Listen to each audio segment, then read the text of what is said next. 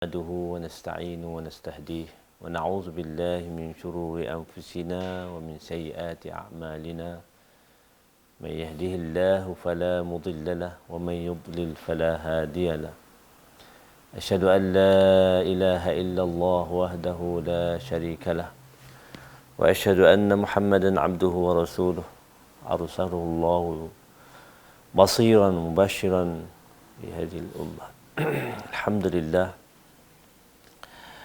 Syukur kita kepada Allah Subhanahu wa taala pada pagi ini dalam siaran Perlis Mengaji kita dapat diberi peluang oleh Allah Subhanahu wa taala di atas muka bumi ini dengan kehidupan, dengan satu matlamat, dengan satu tujuan, iaitu untuk mencari keridaan Allah Subhanahu wa taala. Sidang penonton yang dihormati sekalian, jadi pada pagi ini kita akan membincangkan satu tajuk yang berkaitan dengan sikap dan juga keadaan manusia apabila ditimpa ujian oleh Allah Subhanahu wa taala. Sikap ataupun sifat apabila diuji oleh Allah Subhanahu wa taala dengan ujian-ujian yang besar, dengan ujian-ujian yang besar. Allah Subhanahu wa taala dalam banyak ayat menjelaskan kepada kita bahawa Allah akan pasti menguji manusia ini. Allah akan pasti menguji manusia. Antaranya ayat wala nabluwannakum bisyai'in minal khawfi wal ju' wa naqsim minal amwali wal anfusi wath thamarat wa basyiris sabirin. Allah kata wala nabluwannakum, dan kami pasti akan menguji kamu. Kami, yakni Allah, akan pasti menguji kamu dengan sesuatu, bisyai'in minal khauf, daripada ketakutan, daripada kelaparan, kekurangan harta. Allah uji dengan kehilangan nyawa, kekurangan dari segi makanan. Wabasyiris sabirin, maka beruntunglah orang-orang yang sabar. Jadi ini kepastian yang dijamin oleh Allah dalam Quran dan disebut oleh Nabi sallallahu alaihi wasallam di dalam ahadis, dalam hadis-hadis. Yakni manusia akan diuji. Ujian yang manakala tahap-tahap ujian itu ada yang besar, ada yang sederhana, ada yang rendah. Ia berdasarkan keadaan sifat manusia itu sendiri. Sidang penonton yang dihormati sekalian, apa yang saya nak ambil ataupun akan disebut pada pagi ini berkenaan sikap. Apabila Allah uji kita dengan ujian yang besar, dengan kematian, dengan penyakit. Sekarang kita maknanya menghadapi serangan ataupun virus corona ini.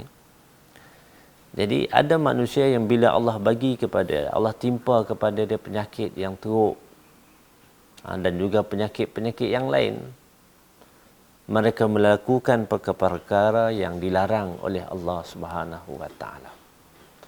Antara yang kita dapati pada hari ini, peristiwa apabila maknanya mengalami penyakit itu minta dimatikan.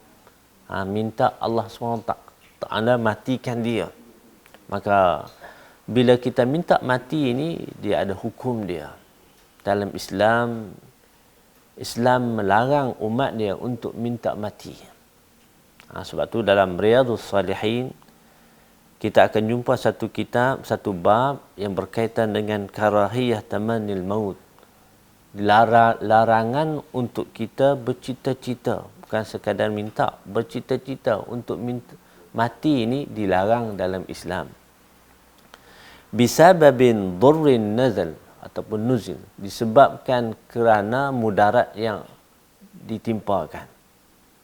Sama ada kerana penyakit yang kita hadapi pada hari ini ke, ataupun penyakit-penyakit yang lain.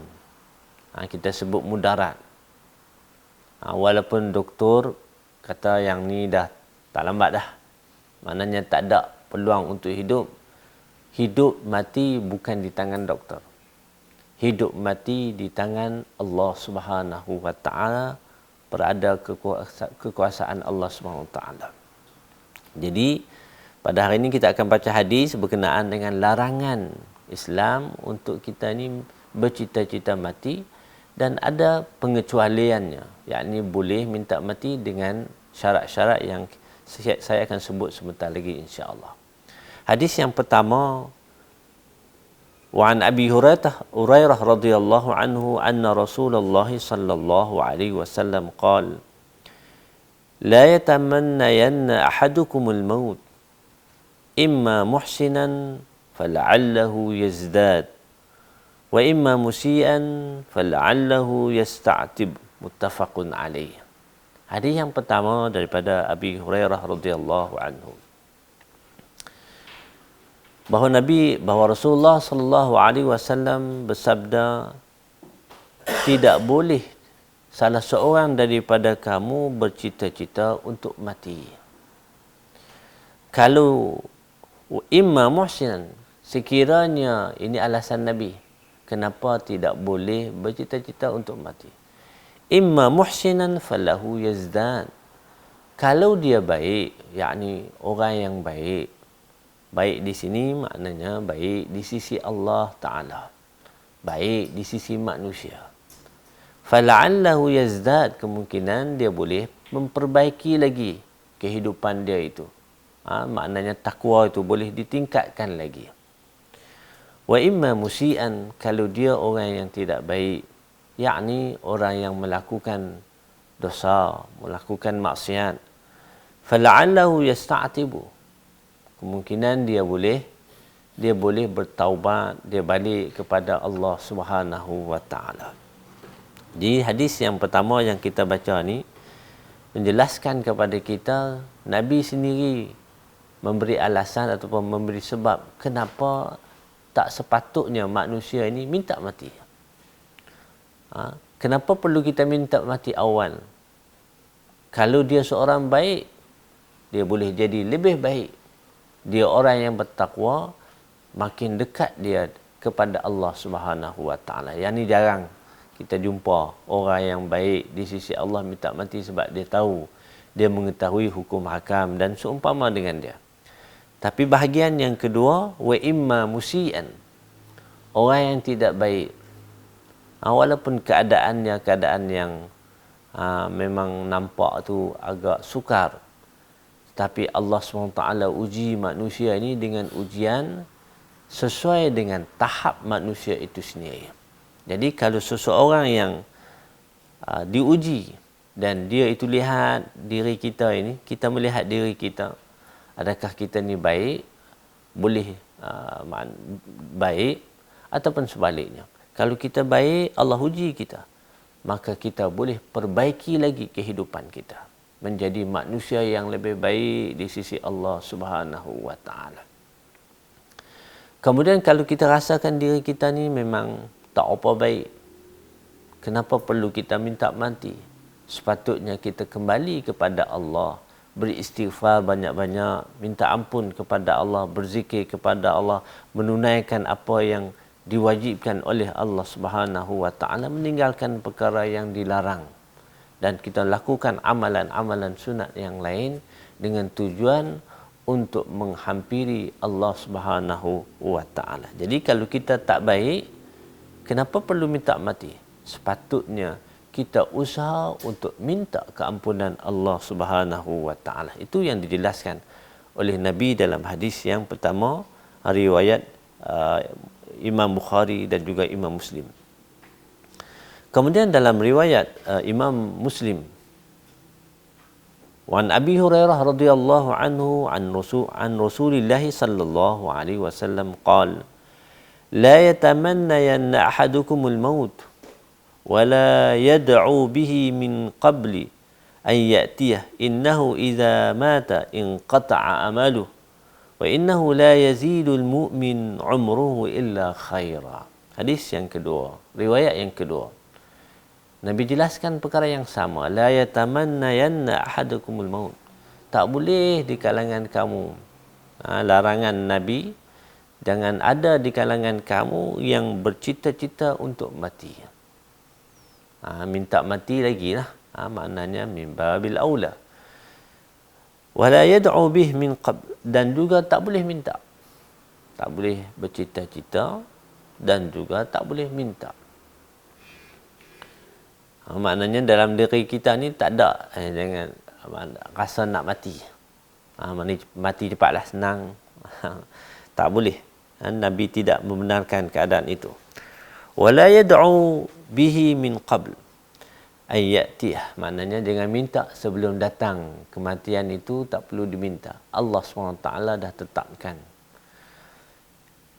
Innahu idza mata inqata'a amaluhu, maknanya bila mati habis amalan dia, terputus amalan dia. Jadi bagaimana terputus? Maksudnya kebaikan tak boleh buat dah. Bila mati seseorang, apa lagi kebaikan yang dia boleh buat?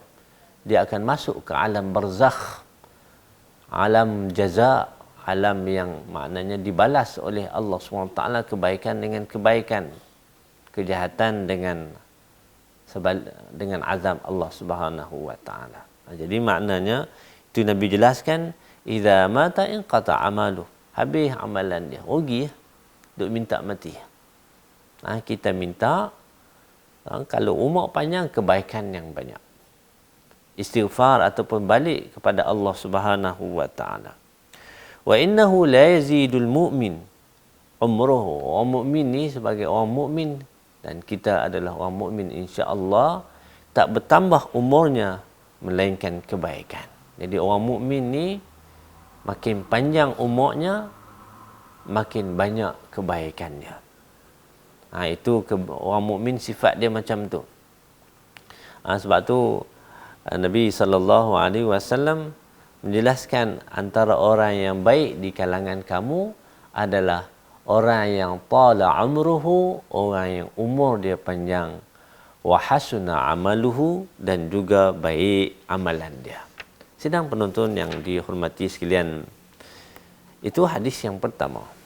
Hadis yang kedua, wa an Anas radhiyallahu anhu qala qala Rasulullah sallallahu alaihi wasallam la yatamannayanna ahadukumul maut lidurrin asabah fa in kana la budda fa'ilan falyaqul Allahumma ahyini ma kanatil hayatu khairan li wa tawaffani idza kanatil wafatu khairan li, muttafaqun alaih.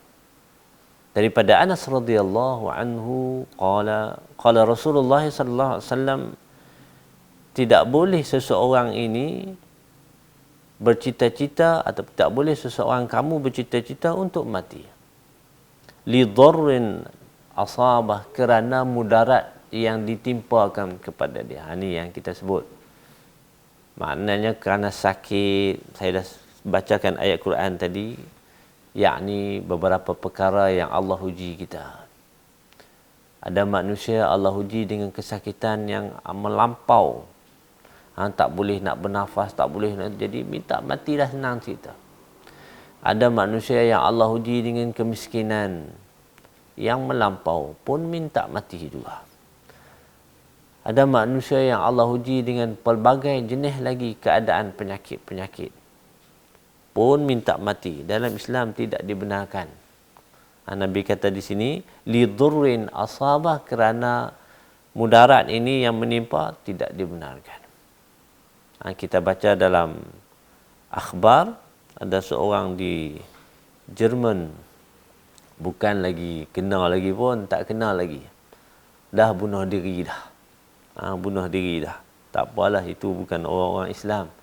Tapi orang-orang Islam, orang-orang beriman, kita harus meyakini, wajib meyakini bahawa dalam Islam tidak dibenarkan. Kematian, kehidupan ini telah ditentukan oleh Allah Subhanahu wa taala, dan syariat tidak membenarkan kita minta mati macam tu saja. Kerana mudarat, kerana penyakit, kerana apa lagi, tuan-tuan letakkanlah. Tapi lidurrin asaba, kerana ujian Allah, sampai ujian yang begitu dahsyat, tidak dibenarkan. Kalau kita melihat sejarah para anbiya, Nabi sallallahu alaihi wasallam sebut dalam hadis, inna asyaddal bala al-anbiya. Sesungguhnya para nabi ini Allah uji dengan ujian yang maha dahsyat. Kalau kita rasa kita ujian teruk, maknanya tak, sebenarnya para nabi lebih daripada itu. Tidakkah kita membaca kisah berkenaan dengan Nabi Sayyidina Ayyub, Nabi Allah Ayyub alaihissalam, yang Allah uji dengan penyakit yang ada di seluruh badan baginda kecuali hati dan juga lisan ataupun lidah Nabi Allah Ayyub alaihissalam. Allah uji. Berlaku sedikit khilaf di kalangan ulama berapa tahun Allah uji Nabi Allah Ayyub ini. Ada yang kata 3 sehingga berbelas-belas tahun Allah uji. Maknanya seluruh badan Nabi Allah Ayyub ini Allah uji. Ada sakitnya. Kecuali 2 anggota badan saja. Hati dan juga lisan Nabi Allah Ayyub. Adakah Nabi Allah Ayyub alaihissalam minta supaya Allah SWT matikan beliau, matikan baginda alaihissalam? Tidak. Bahkan Nabi Allah Ayyub minta menjadi orang-orang yang sabar dan juga bersyukur di atas segala pemberian Allah Subhanahu wa taala. Jadi ini sebagai sedikit motivasi kepada kita. Kalau kita diuji dengan kemiskinan, kadang-kadang tak ada makanan. Tidakkah Nabi sallallahu alaihi wasallam diuji?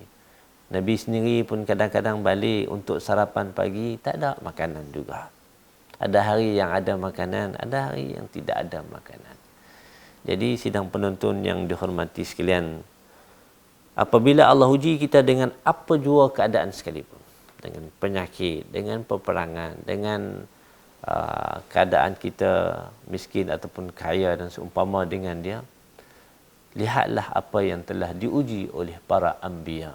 Moga-moga apabila kita membaca ujian-ujian para anbiya ni, dia meringankan lagi ujian yang Allah Subhanahu wa taala timpakan kepada kita. Baik. Kemudian Nabi jelaskan, fa in kana la budda fa'ilan. Kalaulah juga nak sebut juga berkenaan dengan kematian ni. Maknanya nak minta juga. Nak minta juga kematian. Maka falyaqul, dia boleh minta dengan bersyarat. Ini sidang penonton sekalian, boleh kita minta dengan syarat. Apa syarat dia? Nabi sendiri, kata Nabi, Allahumma ahyini ma kanatil hayatu khairan li. Ya Allah, hidupkanlah aku sekiranya kehidupan ini lebih baik untuk aku. Wa tawaffani idza kanatil wafatu khairan li. Dan wafat ataupun matikan aku sekiranya kematian itu lebih baik untuk aku. Jadi sidang penonton yang dihormati sekalian, hadis riwayat Imam Bukhari dan juga Imam Muslim. Dalam hadis yang kedua ini, Nabi SAW larang kita untuk minta mati kerana penyakit, kerana musibah yang menimpa kita.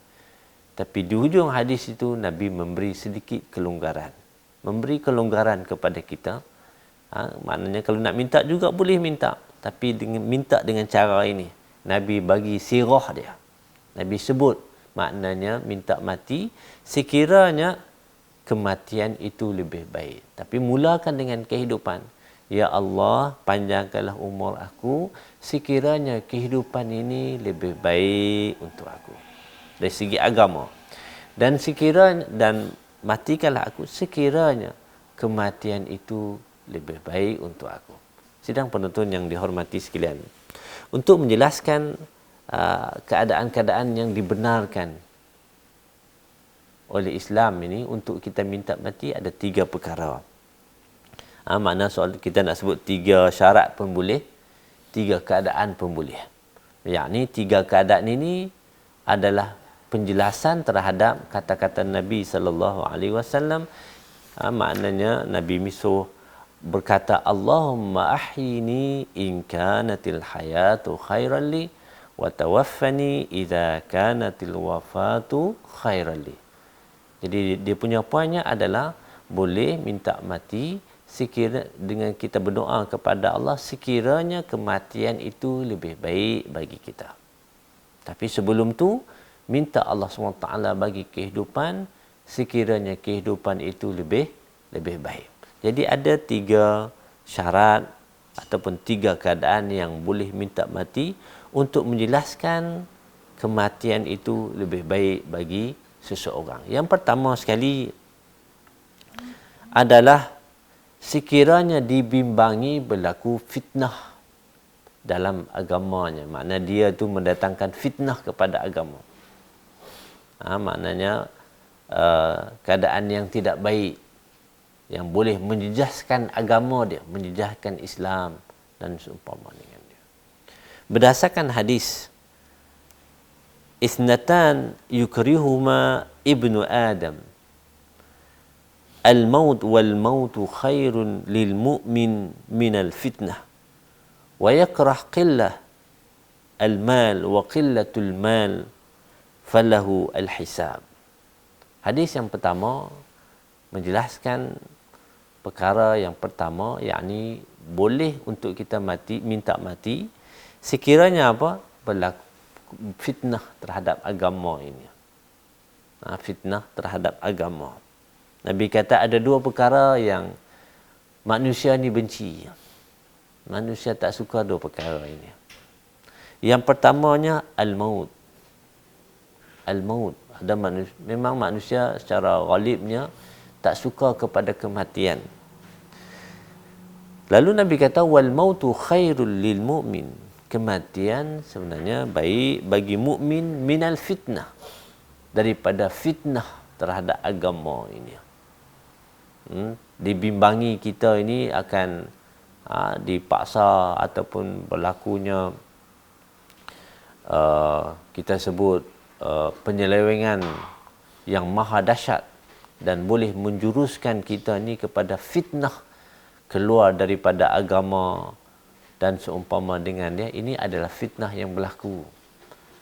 Maka Nabi kata wal mautu khairun lil mu'min minal fitnah. Kematian itu lebih baik bagi orang yang beriman minal fitnah, daripada fitnah. Jadi fitnah ni bukan fitnah yang kita faham dalam masyarakat kita ni, fitnah kata ke orang, fitnah kepada kawan tu, kawan ni, dah bukan fitnah itu. Fitnah yang kita maksudkan fitnah ad-din. Fitnah ad-din ni maknanya boleh mengeluarkan manusia kepada, makna keluar daripada agama ini, yang boleh menjejaskan akidah. Itu keadaan-keadaan fitnah yang dibenarkan. Bukan fitnah yang difahami oleh kebanyakan awam biasa, orang awam ini. Jadi keadaan yang pertama ini memang baik untuk kematian itu, lebih baik bagi orang mukmin. Kerana dia mati, dia minta kematian itu lebih awal kerana dibimbangi fitnah yang akan menimpa dia. Menyebabkan dia mungkin terkeluar daripada agama, daripada akidah yang suci ini. Jadi lebih baik mati dalam keadaan ini sebelum mati dibimbangi, ditimpa fitnah. Itu keadaan yang pertama. Kemudian Nabi SAW juga jelas wa yakrahu qillatul mal. Manusia juga benci kalau keadaan harta tu kurang. Siapa suka harta kurang? Semua nak harta banyak. Jadi kemiskinan ini dibenci oleh manusia. Sedangkan harta yang banyak itu kita kena hati-hati. Falahul hisab. Banyak dia punya hisab dia. Pengiraan dia banyak lah sebab harta banyak. Jadi ini Nabi SAW nak ingatkan kita supaya hati-hati. Hati-hati dengan keadaan ini. Kemudian keadaan yang kedua yang dibenarkan untuk bercita-cita ataupun untuk minta kematian ini adalah maut syahadatan fi sabilillah. Mati kerana minta syahid. Ini biasanya dalam peperangan. Bahkan kita ini Nabi sallallahu alaihi wasallam sebut man sa'ala Allah asy-syahadah bisidqin ballaghahu Allahu manazil asy-syuhada wa in mata ala firashihi, rawahu Muslim. Siapa yang minta kepada Allah, mohon kepada Allah asy-syahadah. Syahadah di sini maknanya minta Allah SWT matikan dia dalam keadaan syahid. Maka Allah SWT akan sampaikan makna kedudukan apabila dia mati itu, kedudukan para syuhada walaupun dia mati di atas katil dia. Jadi ini adalah orang mukmin. Kita bukan nak perang. Orang mukmin bukan nak berperang. Kita bukan minta untuk bertemu dengan musuh Allah Subhanahu Wa Taala. Tapi kadang-kadang berlaku keadaan-keadaan apabila negara umat Islam diserang, umat Islam dizalimi dan seumpama dengan dia, maka akan berlaku peperangan. Jadi sebagai orang beriman ini, Nabi kata man sa'alallah asy-syahadah, siapa yang minta kepada Allah asy-syahadah, mungkin tak mati dalam peperangan syahid, sebagai syahid, mati di atas katil, mati dalam keadaan biasa, insya-Allah Allah SWT akan bagi ganjaran padanya seperti mana ganjaran orang yang syahid. Sidang penonton yang dihormati sekalian, kenapa syahid ini dibenarkan? Kerana kematian syahid dengan kematian yang tidak syahid perbezaannya amat jelas. Maknanya sudah tentu kematian syahid ini di sisi Allah Subhanahu Wa Taala lebih baik. Kematian itu lebih baik. Kemudian keadaan yang ketiga, sidang penonton yang dihormati sekalian, yakni keadaan-keadaan yang dibenarkan untuk kita minta kematian ini, tidak lain dan tidak bukan adalah ungkapan ataupun disebut sebagai syauq liliqa'i rabbih. Kerana ada manusia yang dia rasa amat gembira, dia rasa maknanya keinginan yang melampau-lampau untuk bertemu dengan Allah Subhanahu Wa Taala. Jadi maknanya keinginan ini bukanlah dia minta mati. Bukan dia minta mati, bukan dia bunuh diri, bukan maknanya hak negatif ini. Cuma keinginan biasa.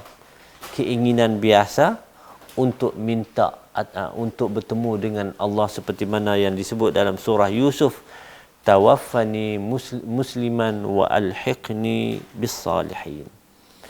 Yang ni selalu kita jumpa antaranya ayat yang selalu dibaca, ya ayyuhallazina amanu taqullaha haqqa tuqatih wa la tamutunna illa wa antum muslimun.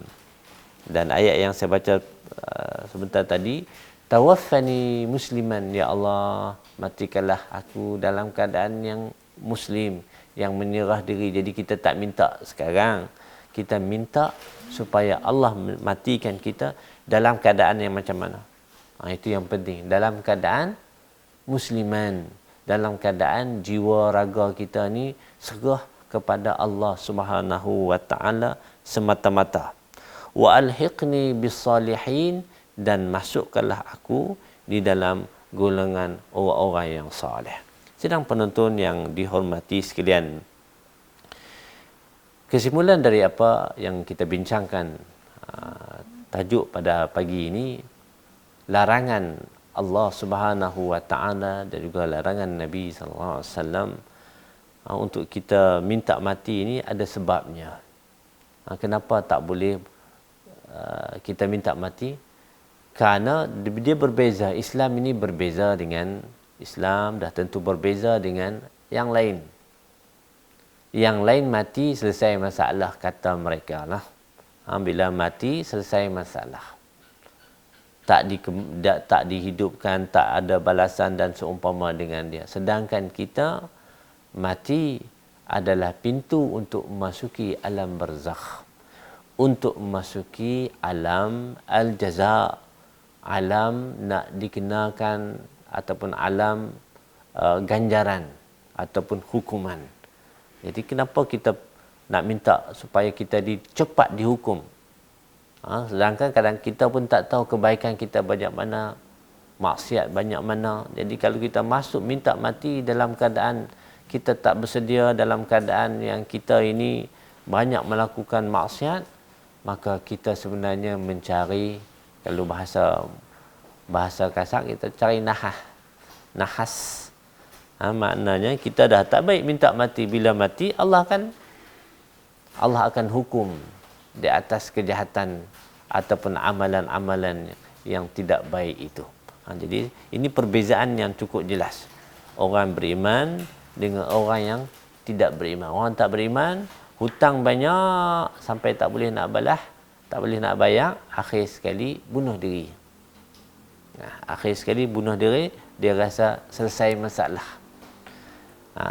Adakah penyelesaian itu boleh menyelesaikan masalah manusia? Tak boleh.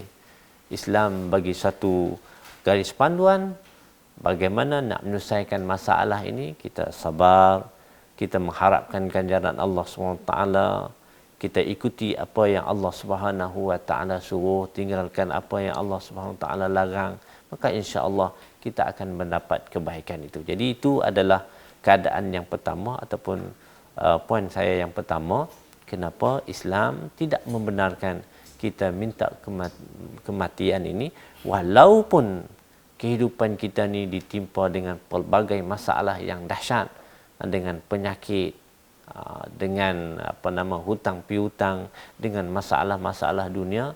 Islam tidak membenarkan sama sekali untuk minta. Maknanya di sana ada ruang lagi. Di sana ada ruang lagi untuk kita perbaiki. Untuk kita perbaiki kehidupan kita ini. Moga-moga Allah Subhanahu Wa Taala memberi keberkatan. Itu perkara yang pertama. Kemudian perkara yang kedua, Islam membenarkan kita ini untuk bercita-cita ke arah itu, ke arah kematian. Tapi dengan syarat. Ada syarat dia. Syarat yang pertama, saya ulang balik, kita berdoa, kita minta kepada Allah, ya Allah, panjangkanlah umur aku sekiranya kehidupan ini lebih baik. Maknanya kehidupan kita, dia akan jadi baik. Lebih baik kita mati, graf kebaikan kita lebih tinggi daripada sekarang. Contoh sekarang ni katalah 50 kebaikan kita. Kenapa kita tak usah naikkan kebaikan kita sampai 70 ke 80 ke 100%. Yang pentingnya waktu kita mati, saat kita mati itu adalah saat yang terbaik dalam kehidupan kita. Nabi SAW di tahun-tahun akhir sebelum kewafatan Nabi SAW melakukan amalan lebih daripada biasa. Sayyidatina Aisyah radhiyallahu anha menjelaskan kepada kita keadaan itu. Nabi maknanya bila sembahyang sunat, bila rokok yang panjang, bila sujud yang panjang, qiyam yang panjang, lebih daripada hak sebelum ini. Itu cara Nabi SAW tunjukkan kepada kita dan ajar kepada kita bagaimana nak capai saat yang terbaik dalam kehidupan kita. Maka moga-moga Allah SWT matikan kita dalam keadaan yang terbaik itu. Jadi ada 3 keadaan yang saya sebut tadi. Yang pertama sekali, sekiranya dibimbangi berlaku fitnah, yakni fitnah din yang melibatkan agama, yang melibatkan akidah. Ini perkara yang besar. Kalau sekadar benda-benda biasa ni tak ada apa. Ini bukan yang dimaksudkan dalam hadis. Yang dibimbangi ini yang boleh mengeluarkan manusia daripada agama ini, itu keadaan itu membolehkan manusia ini bercita-cita ataupun berdoa kepada Allah SWT dengan kematian. Sekiranya itu yang terbaik. Kemudian yang kedua adalah cita-cita dan juga keinginan untuk mati di jalan Allah Subhanahu Wa Taala, yang ni Nabi sendiri yang sebut dalam hadis, tapi saya jelaskan sidang penonton kita nak kena clear hati-hati supaya kita tak mau bila sebut saja syahid maknanya nak pergi perang sama dah. Bila sebut syahid kita nak pergi perang. di tempat-tempat lain dan seumpama dengan yang saya maksudkan, apabila manusia ataupun umat Islam ini ditimpa, diserang, dizalimi, negara umat Islam maknanya diperangi, maka pada waktu itu tanggungjawab kita untuk mempertahankan agama dan juga negara. Kemudian yang terakhir adalah cita-cita yang secara umumnya, maka kita minta supaya Allah Subhanahu Wa Taala matikan kita dalam keadaan orang yang baik, amat-amat baik, orang yang menyerah dirinya kepada Allah Subhanahu Wa Taala. Wallahu taala alam. Yang baik daripada Allah Subhanahu Wa Taala, yang kurang, yang lemah adalah kelemahan saya sendiri. Mohon ampun kepada Allah, minta maaf di atas sebarang kelemahan dan juga keaiban. Aqulu qawli hadza wa astaghfirullah li wa lakum. Wassalamualaikum warahmatullahi wabarakatuh.